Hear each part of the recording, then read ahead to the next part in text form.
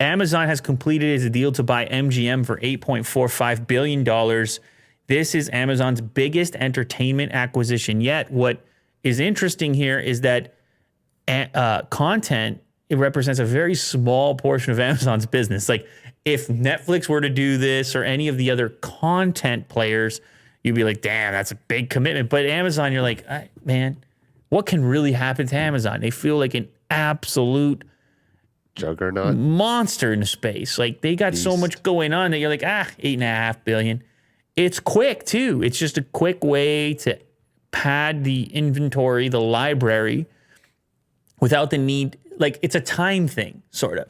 You're up against, in the streaming space, you're up against the likes of somebody like Disney who has this tremendous inventory. Now you're Amazon, you'd be like, well, people really like originals. And even with unlimited money, you're still up against time.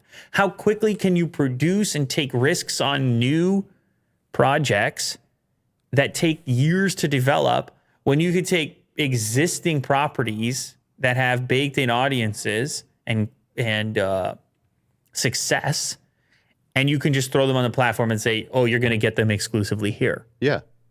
It's only $8.5 billion. I mean, it's still a lot of money. Yeah. No, you get James Bond. It's all relative, man. So they got around 4,000 films and 17,000 hours of TV. And I'm sure that's exactly how they looked at it. They got James Bond, the Rocky franchises, some recent TV stuff, The Handmaid's Tale and Vikings. We talked about the speculation around this previously, but now it's official.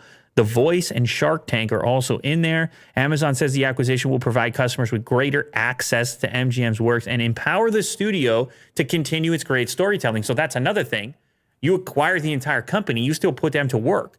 You say, oh, all these originals we want to develop, now we got this big team that knows how to develop things quickly, and we can task them with continuing to provide exclusive content for our platforms.